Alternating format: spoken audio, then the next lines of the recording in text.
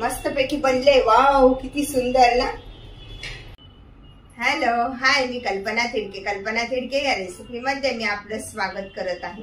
Fresh फळापासून दोनच साहित्यात बनवा वॉटरमेलन पेप्सी। अशा प्रकारचं हे टरबूज आहे, याला कलिंगड किंवा वॉटरमेलन पण म्हणतात। अशा प्रकारचं असं वाजवल्यानंतर आवाज आला पाहिजे अशा पद्धतीचं आपण हे कलिंगड घ्यायचे आणि साधारणतः असा हा जो पिवळा डाग आहे तर तो असला पाहिजे। त्यामुळे हे ओरिजिनल असं टरबूज असं म्हटलं जातं। त्यानंतर आपण आता त्याचे दोन भाग करून घेऊया, बघूया कसं निघतं ते। याचे दोन भाग करून घ्यायचे।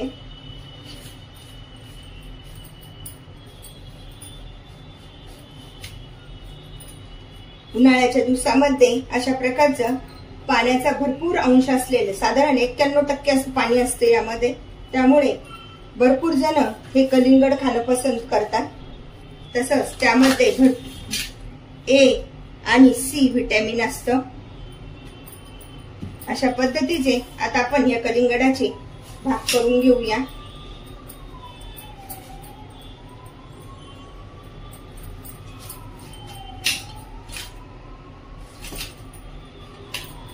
किती छान निघालंय ना, असं रवाळ असं निघालं पाहिजे कलिंगड।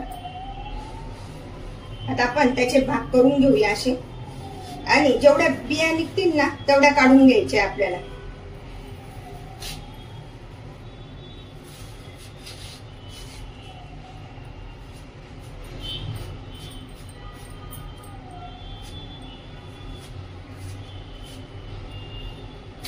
त्यामधल्या जेवढ्या बिया काढता येतील त्या वरच्या आपण सगळ्या बिया आता अशा काढून घेऊया। ते आपल्याला मिक्सर मध्ये पूर्ण टाकून घ्यायचे।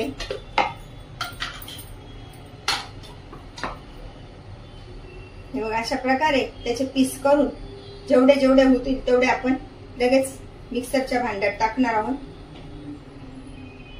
जरी बिया राहिल्या समजा तर काही हरकत नाही।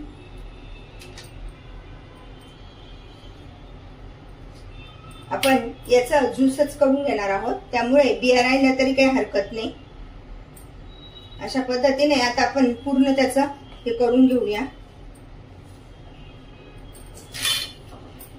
आणि आता हे गाळणीने गाळून घेऊया। अशा प्रकारे आपण सगळ्याच याचं हे करून घेत आहोत, ज्यूस करून घेत आहोत।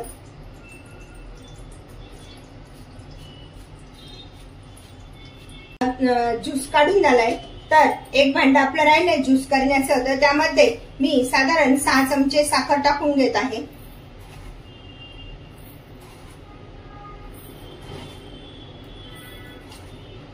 अशा पद्धतीने साखर टाकून घ्यायची। त्यानंतर त्यामध्ये चिमूटभर मीठ टाकायचे। जास्त काही साहित्य लागत नाही, हे गॅस न पेटवता आणि एकदम साध्या सोप्या पद्धतीने थोड्याच वस्तूमध्ये बनणारं हे पेप्सी आपल्या कलिंगड। व्यवस्थित असा गर काढून घ्यायचा आहे। या बिया सुद्धा आपल्या शरीरासाठी खूप उपयोगी असतात। पद्धतीने एकदम छान असं गाळलं गेलंय आणि हा चौथा जो आहे तो बाजूला करूया आपण। एकदम ओरिजिनल असा मस्तपैकी आपला ज्यूस निघालेला आहे।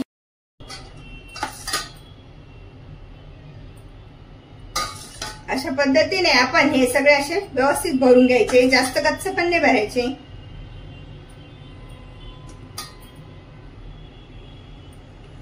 अशा पद्धतीची आता आपली ही मस्तपैकी कुल्फी तयार होणार आहे। आणि शिल्लक राहिलेला या ग्लास मध्ये ओतून घेऊया।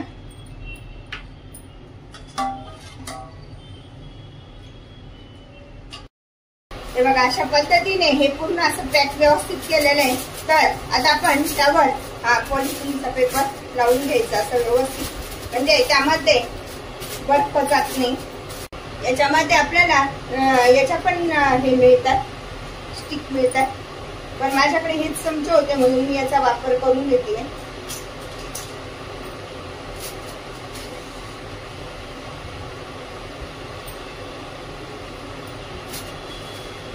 हा पेपर पण नसेल तर असा प्लास्टिकचा कागद घ्यायचा आणि याला चांगलं असं हे करायचं आणि बाजूनी रबर लावून घ्यायचं।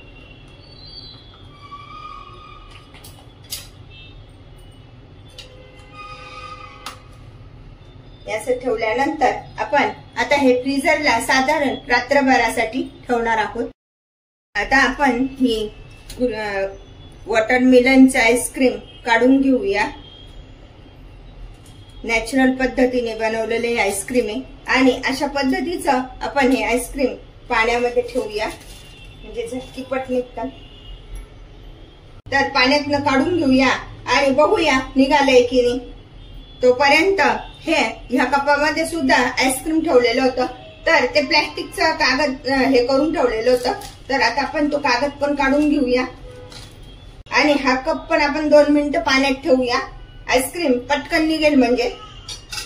हे बघा आईस्क्रीम छान फिरायला लागलंय. वाव, किती मस्त आईस्क्रीम तयार झालंय ना, लाल लाल एकदम ओरिजिनल अशा प्रकारचं हे वॉटरमेलनचं आईस्क्रीम. हे आईस्क्रीम मस्तपैकी बनले. वाव, किती सुंदर ना.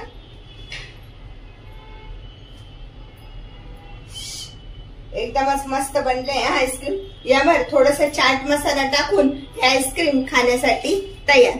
फ्रेश वॉटरमेलन पासून बनवा अशा प्रकारची पेप्सी. अशा प्रकारची पेप्सी तुम्ही पण बनवा आणि मला मात्र कळवा कशी झाली येते. लाईक अँड सबस्क्राईब करायला विसरू नका. पुन्हा आपण भेटूया नवीन रेसिपीसह. थँक्यू.